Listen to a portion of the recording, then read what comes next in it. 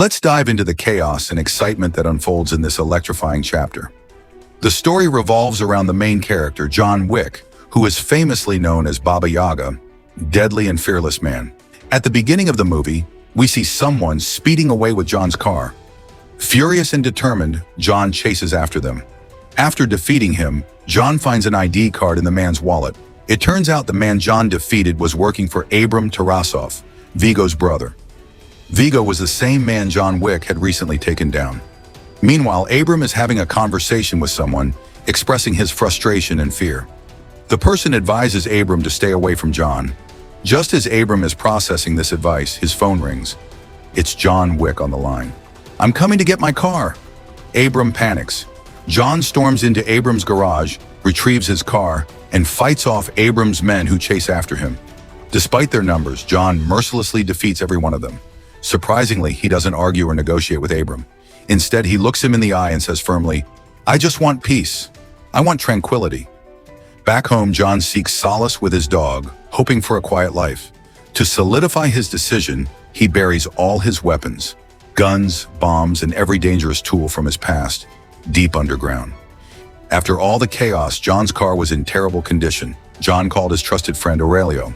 When Aurelio saw the car, he couldn't help but joke. Returning home, John hoped for peace, but his quiet evening was soon interrupted by a knock at the door. Opening it, he found none other than Santino D'Antonio standing there. Santino was a high-ranking member of the powerful Camorra organization. Santino wasn't there for a friendly visit. "You owe me, John. It's time for you to return the favor," Santino said sternly. Despite Santino's warnings and persuasion, John stood his ground and refused to comply.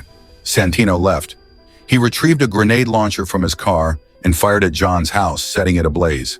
Flames engulfed the entire home as John barely managed to escape through the back door. The fire brigade arrived. John traveled to the Continental Hotel in Rome to meet Winston, the hotel manager and a respected figure in the assassin underworld. John shared his ordeal with Winston and declared, "I won't do it. I refuse to be dragged back into that life." Winston listened carefully, knowing that John's decision would have far-reaching consequences. After John's meeting with Winston, John entrusted his loyal dog to a caretaker for safekeeping. At their meeting, Santino revealed his true intention. "My father, a powerful and influential man, chose my sister Gianna to inherit the seat at the high table instead of me, and I want you to kill her." With a heavy heart, John agreed and prepared himself for the task. He visited a tailor to get a bulletproof suit made and acquired an arsenal of weapons for the mission. He then traveled to the Continental Hotel in Rome, where he met Julius, the hotel manager. Julius greeted John with suspicion. "Are you here to kill the Pope?" he asked half seriously. John shook his head. "No, just business." Julius handed John a special Roman coin. Gianna was a powerful woman with a strong hold of security, led by her most trusted bodyguard, Cassian.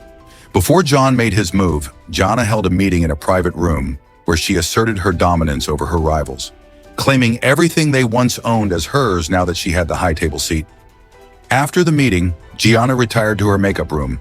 It was there that John confronted her. The moment Gianna saw John, she understood why he had come. "You've come to kill me, haven't you?" she asked calmly. John's face remained stoic. "Your brother invoked the marker. I have no choice," ending her life on her own terms. John watched silently, honoring her decision. As she took her last breath, he gently ensured her death was complete, fulfilling the marker. But John's troubles were far from over. As he exited the room, Cassian, Gianna's fiercely loyal bodyguard, confronted him. Enraged, Cassian attacked, and the two engaged in a fierce, brutal fight through the halls of the luxurious venue. But his problems escalated when he discovered that Santino had double-crossed him. Santino had now ordered John's death, hiring assassins, including a deadly operative named Ares, to eliminate him. In a dramatic showdown aboard a moving train, John faced Cassian once more. Their knife fight was vicious and unrelenting, but John finally gained the upper hand, stabbing Cassian and leaving him incapacitated. Wounded and desperate, John stumbled through the city streets, searching for refuge. A seemingly homeless man approached him and offered help. The beggar was no ordinary street dweller.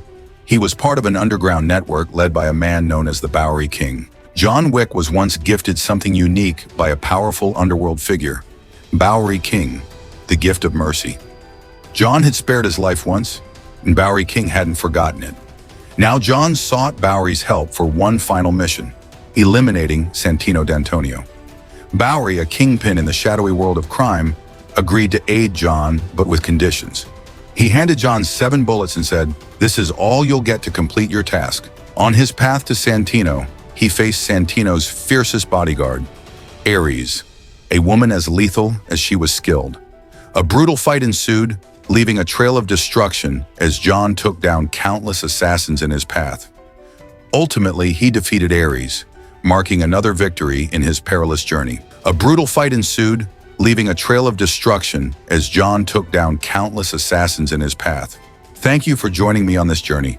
If you enjoyed the explanation, please like, subscribe, and share to support the channel. See you in the next movie explanation. Stay awesome.